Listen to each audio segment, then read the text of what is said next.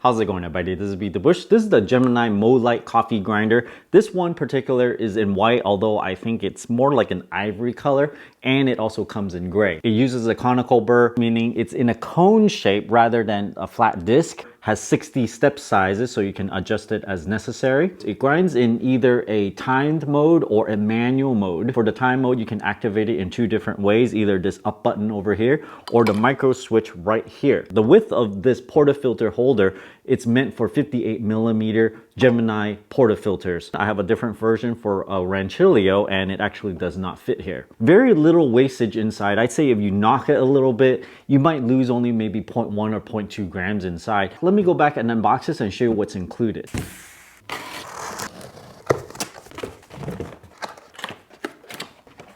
A quick start guide, instruction manual. It feels very substantial, very heavy. It's made out of metal. Let's see, here's the hopper. These are clear panels here. And then when you open it, and the coffee beans will fall through. This is the grind catcher and a little brush. Nothing else inside. This is product G9010B ivory white version, rated 150 watts, and it's made in Guangdong, China. You lift this little wire here and twist it open. Now you can pull out the outer burr. The outer ring allows you to adjust the grind size.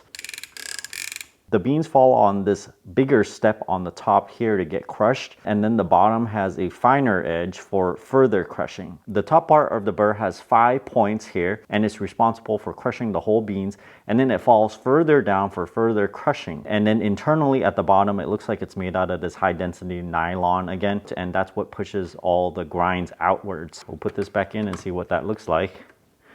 This is set at the coarsest. I'm gonna hold it still and turn it to the finest. Now I'm going to put on the hopper. You just twist it right on, unlock, and the beans will fall in, and put the lid back on.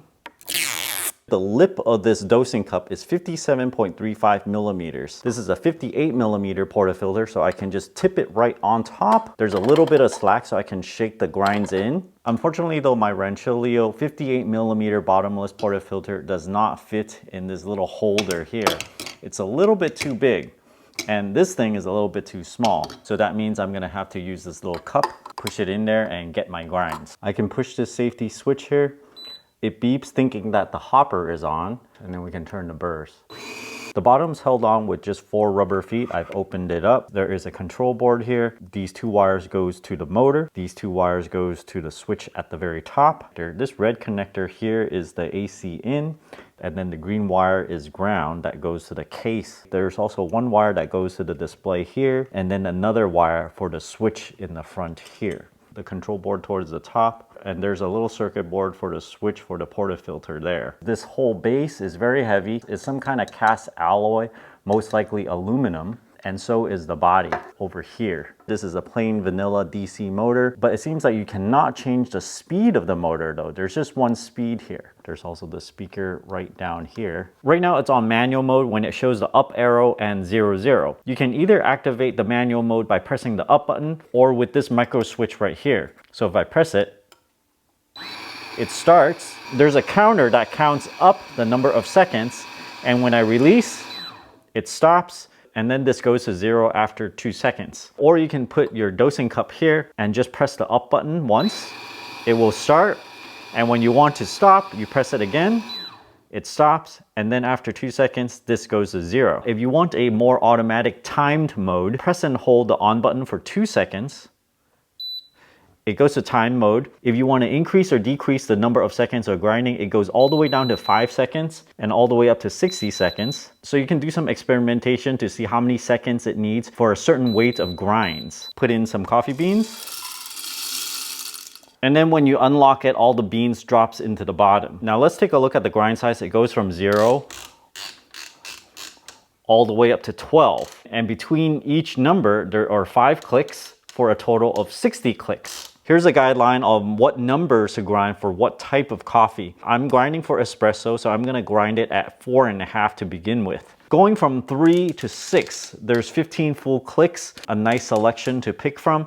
So I'm gonna start right here at around 4.6. I'm gonna tear out this dosing cup, and I have 7 seconds here. I'm trying to aim for 9.5 grams. In order to activate the automatic timing mode, you have to push this micro switch right here. So if you have a portafilter that fits, you just keep it in this location. I'll push and hold this until 7 seconds is up. 8.9 grams. So I probably need only 1 more second. Here we go.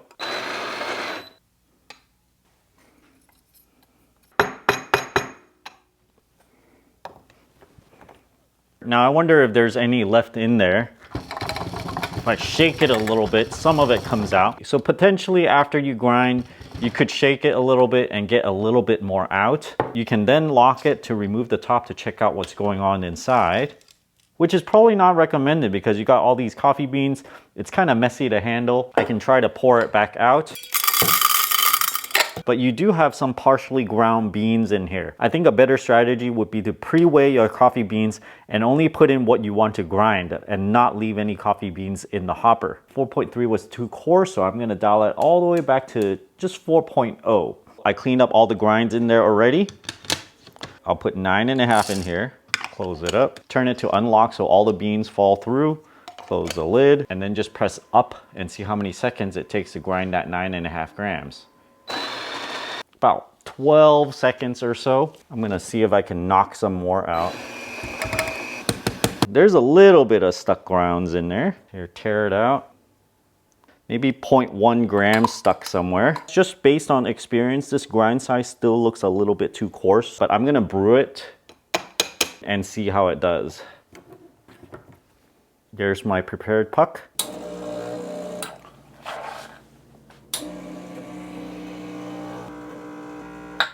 This is roughly 6x bean. The espresso ratio is a bit too much, so I probably have to reduce the grind size even further. Trying a third time, I'm gonna make the grind size 2 steps finer. I need 9.5 grams of coffee. Put this in the hopper and press start.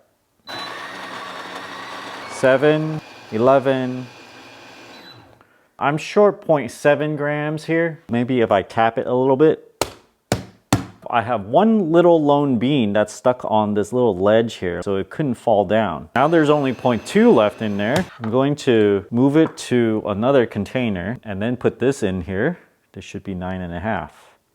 There, 9.5 exactly. So there's a little bit of mismeasurement if you just add very, very tiny amounts to it at a time. It's the scale's fault. There's very little wastage in here. It might help more if you put the wire on the top side, since this entire grinder is kind of tilted forward a little bit. So if you do this, the bean might have a less of a chance to get stuck right here. Third time is the charm for dialing this in. WDT tool.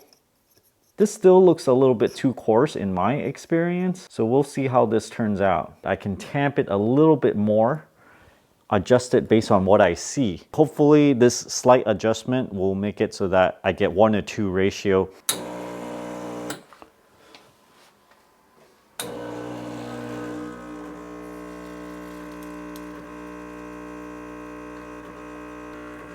So I got 1:3 ratio, pretty good. Let's give this a taste. I'm using almond milk, by the way. To me, this tastes like a mid-tier grinder. It's priced like it. Can you make a better coffee with a hand grinder that costs twice as much?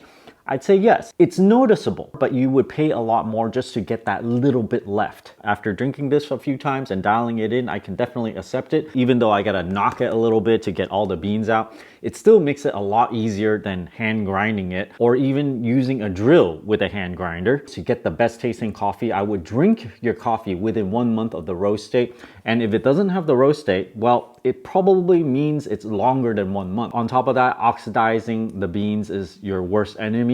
The longer it gets exposed to oxygen, the more stale it tastes. So I would measure the exact amount that you want this thing to grind and just put it in, let it run for longer than necessary and let it all come out instead. You could definitely fill this all up, but it's just going to start oxidizing. This is not airtight. If you guys are interested in this coffee grinder, check out my affiliate link down in the video description below. Thanks for watching this video. Until next time.